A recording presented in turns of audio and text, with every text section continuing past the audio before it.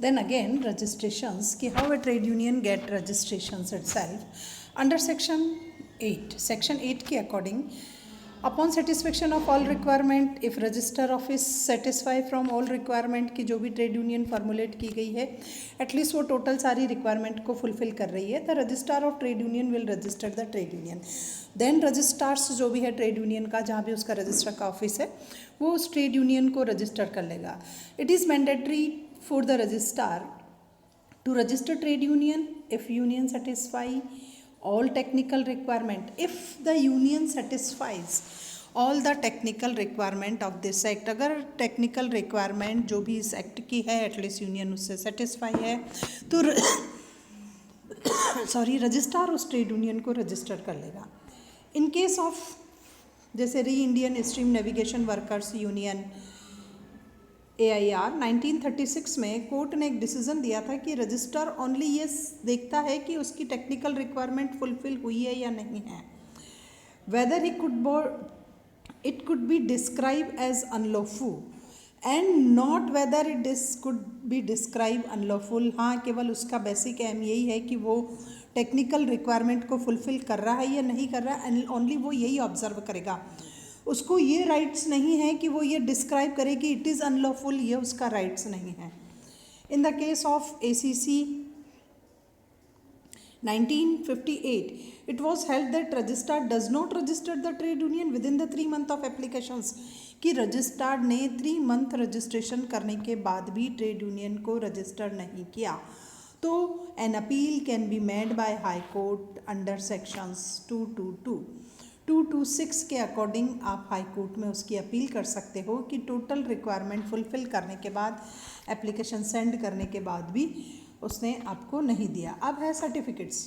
कि under section 9 the registrar will issue the certificate if registration in the prescribed form registrar जब satisfy हो जाता है total requirement को देख करके तो रजिस्ट्रार उसको एक सर्टिफिकेट इशू करता है ट्रेड यूनियन को जो उसके रजिस्ट्रेशन का सर्टिफिकेट होता है in a prescribed form which will be conclusive evidence that the trade union registered under this act और ये एक एविडेंस होता है प्रूफ होता है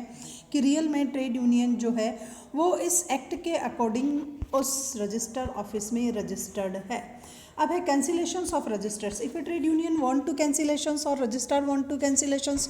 देन सेक्शन 10 जो है उसको ब्रीफली डिस्क्राइब कर रही है the registrar of trade union has the power to cancel almost जो रजिस्ट्रार होता है उस ट्रेड यूनियन का जहाँ आपने अपने आप को रजिस्टर्ड कराया ट्रेड यूनियन ने एटलीस्ट उसको ये पावर होता है कि वो आपके रजिस्ट्रेशन को कर दे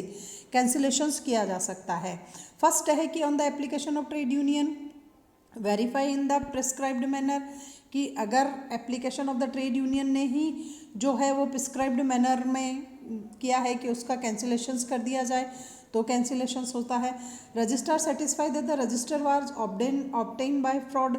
अगर रजिस्ट्रार्स इस बात का को आइडेंटिफाई कर लेता है इस बात की उसको नॉलेज हो जाती है उसको इन्फॉर्मेशन मिल जाती है कि जो भी ट्रेड यूनियन ने अपने आप को रजिस्टर्ड कराया है एटलीस्ट उसके जो रजिस्ट्रेशन का सर्टिफिकेट उसने लिया है वो फ्रॉड के और मिस्टेक के थ्रू लिया गया है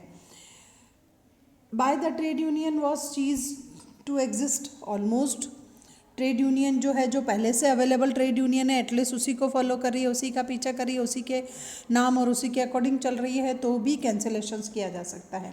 if the trade union wilfully upon the notice of registrars has converted और allow the rule continue in the force which inconsist with the provision of this act almost trade union उन norms को follow कर रही है या उस styles का continuous power या दबाव बना रही है जो इस एक्ट के अकॉर्डिंग नॉर्म्स में ही नहीं है इलीगल है तो भी उसको उसका जो है कैंसिलेशंस किया जा सकता है if the trade union rescinds any rules providing under the matters provision which are required to met the section 6 और अगर ट्रेड यूनियन जो सेक्शन 6 में जो भी प्रोविज़न है जो भी प्रावधान किए गए हैं एटलीस्ट उनके अकॉर्डिंग काम नहीं कर रही है the registrar satisfy the trade union workman has cease have to requires number of members और ऑलमोस्ट रजिस्ट्रार जब ये सेटिस्फाई हो जाता है कि इस ट्रेड यूनियन के जो मेंबर्स हैं किसी पर जो है एक गलत प्रभाव डालने के पर्पज़ से काम कर रहे हैं तो भी उसका कैंसिलेशंस किया जाता है नेक्स्ट आता है Tata electronic company officers and guild versus registrar of trade union 1994 Bombay high court का डिसीजन है in this case court held that registrar cancel the registration, registrar ने कैंसिल कर दिया था registrations. Wilful neglect of the notice is a must. If trade union send the account of statement, अगर trade union ने उसके account के statement को send कर दिया जाता, जो भी उसको नोटिस दिया गया, उस नोटिस के बाद भी ट्रेड यूनियन ने अगर अपने अकाउंट का जो भी आपके फाइनेंशियल स्टेटमेंट है, फाइनल स्टेटमेंट है, उसकी कॉपी आप सेंड नहीं करते हो, द रजिस्ट्रार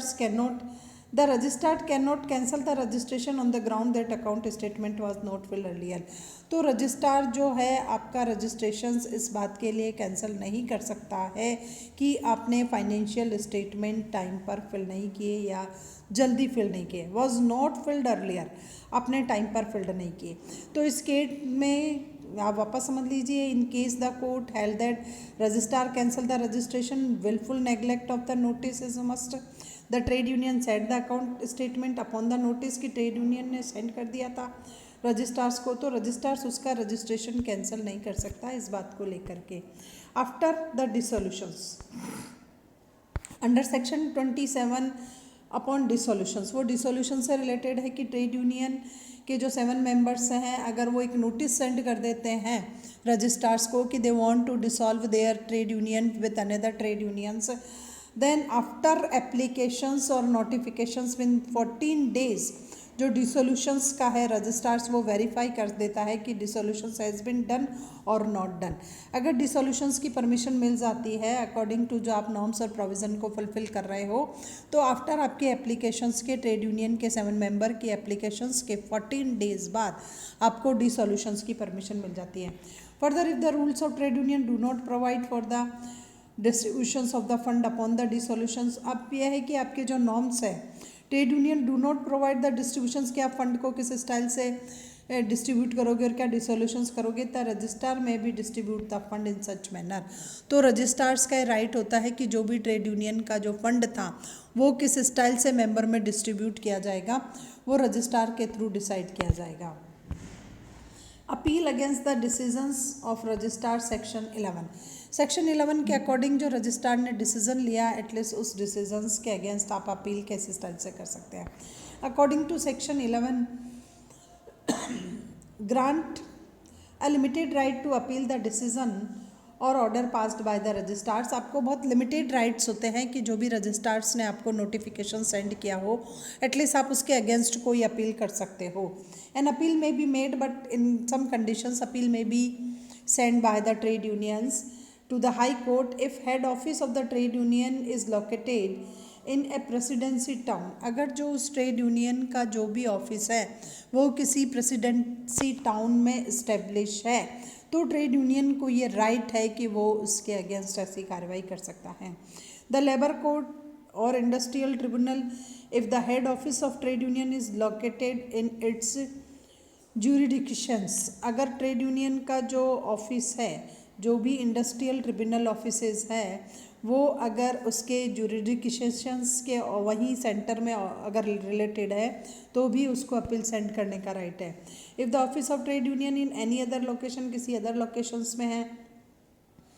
नॉट इन्फीरियर, कोई इतना इन्फीरियर जगह नहीं है, but court and additional assistance जज, तो कोर्ट आपको एक असिस्टेंस जज जो है वो प्रोवाइड करेगा of a principal of civil court original jurisdictions as the appropriate government may be appoint on the behalf of this area, तो फिर गवर्नमेंट के थ्रू आपको एक जो आपका एरिया है, आपके एरिया के अकॉर्डिंग गवर्नमेंट आपको एक असिस्टेंस जज प्रोवाइड करेगी और उसके अकॉर्डिंग डिसीजन लिया जाएगा। अदर कंडीशंस ऑफ अपील, कुछ अदर कंडीशंस है जिसके थ्रू भी ट्रेड यूनियन अपील कर सकती है। An appeal must be made within the 60 days of date of registrars, आपके रजिस्ट्रार्स की 60 डेज के बाद भी आप एक अपील सेंड कर सकते हो रजिस्ट्रार्स को। In case registrar of trade union West Bengal और Mihir Kumar Guha 1963, it was settle that the trade union whose head office is in a presidency town, उस ट्रेड यूनियन का हेड ऑफिस जो था एक प्रेसिडेंसी टाउन में था, has only a single chance to appeal against the decision of registrar, और उस trade union को एक सिंगल चांस था कि वो अपील कर सके रजिस्ट्रार्स के डिसीजन के according, which is to be high court while a trade union whose head office is mofussil has 2 chances, अगर उनका हेड ऑफिस किसी मुफसिल जगह पर है तो उनको 2 चांस मिलते हैं। फर्स्ट इन लोकल कोर्ट, वो पहले किसी लोकल कोर्ट में भी कर सकती है, और second in high court, second वो हाई कोर्ट में जा कर के भी अपील कर सकती है। तो ट्रेड यूनियन का ये है कि अगर आप प्रेसिडेंसी टाउन में हो तो आपको अपील करने का एक ही राइट मिलेगा, बट अगर आप किसी और एरिया में हो, रिमोट एरिया में हो, तो आपको एक लोकल और सेकंड आपको हाई कोर्ट में जाने का चांस मिलता है। नेक्स्ट आता है registered office. All communications and notice of registered trade union may be address to its registers office. जो भी ट्रेड यूनियन से आप कम्युनिकेट करना चाहते हो, इन्फॉर्मेशन लेना चाह रहे हो, इन्फॉर्मेशंस प्रोवाइड करना चाह रहे हो, तो आपको उनके जो रजिस्टर्ड एड्रेस है एटलीस्ट आपको उसी पर सेंड करना होगा। Notice of any change in the address of the head office shall be given with the 14 days. अगर आप अपना इंडस्ट्री का या किसी यूनिट का, फैक्ट्री का अगर आप एड्रेस चेंज कर रहे हो तो एड्रेस के चेंज की इंफॉर्मेशन आपको वहाँ पर सेंड करनी पड़ेगी। Such change of the registrar in writing, और ये रिटन में आपको जो है वो रजिस्ट्रार को देना पड़ेगा। And the change address shall be recorded in the register refer in the section 8, और रजिस्टर जो है वो सेक्शन 8 के अकॉर्डिंग आपका जो चेंज किया हुआ रजिस्टर्ड ऑफिसर उसको नोट करेगा। तो ये होता है कि जो भी कम्युनिकेशन कर रहे हो आप, and notice of registered trade union, registered जो भी ट्रेड यूनियन का एड्रेस है वो आप रजिस्टर्ड ऑफिस को बता दीजिए। आपके जो भी notice any change in the address, अगर आपका नोटिस में किसी प्रकार का चेंज होता है, आपके हेड ऑफिस में चेंज होता है, तो ये भी आपको 14 days of such change to the registrar को आपको रिटन कंडीशंस में प्रोवाइड कराना है। Incorporation of registered trade union, अगर कोई ट्रेड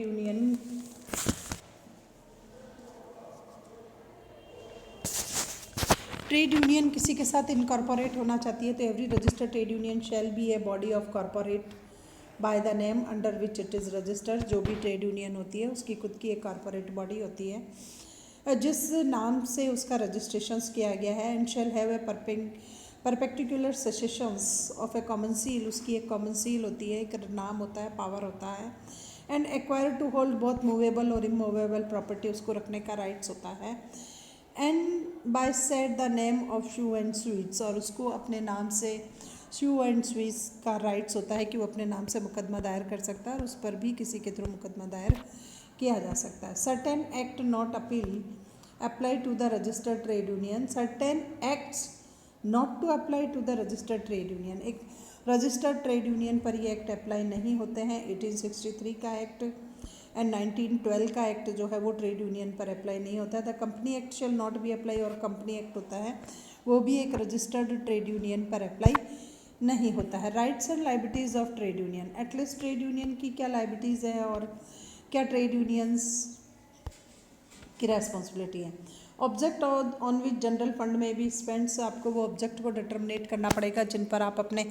जनरल फंड को स्पेंड करेंगे कि उनका किन किन फील्ड में किस स्टाइल से यूटिलाइजेशन किया जाता है। Constitutions of A separate fund of A political purpose, आपको कॉन्स्टिट्यूशंस मेड करना पड़ेगा जो भी पॉलिटिकल पर्पस के लिए आपने एक सेपरेट फंड प्रिपेयर किया गया है, एटलीस्ट आप उसका यूटिलाइजेशन किस नॉर्म्स और किसके अकॉर्डिंग करोगे। Criminal conspiracy in the trade union disputes, अगर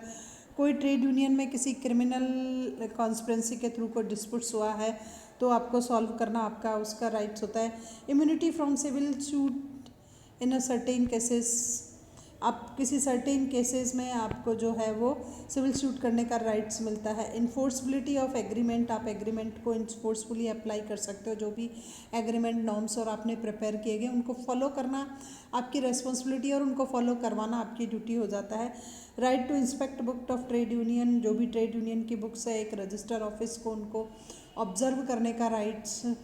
होता है। राइट्स टू माइनर्स मेंबरशिप, अगर आपने माइनर को मेंबरशिप दी है तो उसका है, अगर कोई डिसक्वालिफिकेशंस है ट्रेड यूनियंस के मेंबर्स में तो आप उसको ऑब्जर्व कर सकते हो। Proportion of office barriers and connected to the industries, आपको इंडस्ट्री से ट्रेड यूनियन या लेबर का किस स्टाइल से कनेक्शन है उसका नेम में चेंज करना हो तो आपको नेम में चेंज कराने का राइट्स होता है कि आप रजिस्टर्स ऑफिस में जाके चेंज करा सकते हो। किसी अदर के साथ आपको अमालगमेशंस का राइट होता है कि आप किसी के साथ एटलीस्ट मर्ज हो सकते हो। Notice to change the name of amalgamation, amalgamations के बाद में आपकी ट्रेड यूनियन का नेम जो है वो चेंज हो जाता है और पुराने और नए जो भी दो हैं उनका मिक्स होकर के उसका नाम रखा जाता है। इफ़ेक्ट ऑफ नेम, अब उस नेम का क्या इफ़ेक्ट होगा, क्या पावर है, क्या राइट्स है उनका डिसोल्यूशंस पे और आपकी रिटर्न्स की इन्फॉर्मेशन देने का आपको राइट्स है। Rights and liabilities of registered trade union under section 15 to 28, liabilities of a registered trade union, rights and privilege of trade union और immunities available to the registered trade union, 3 norms में इसको at least describe किया गया है। Then what are the main liabilities of a registered trade union?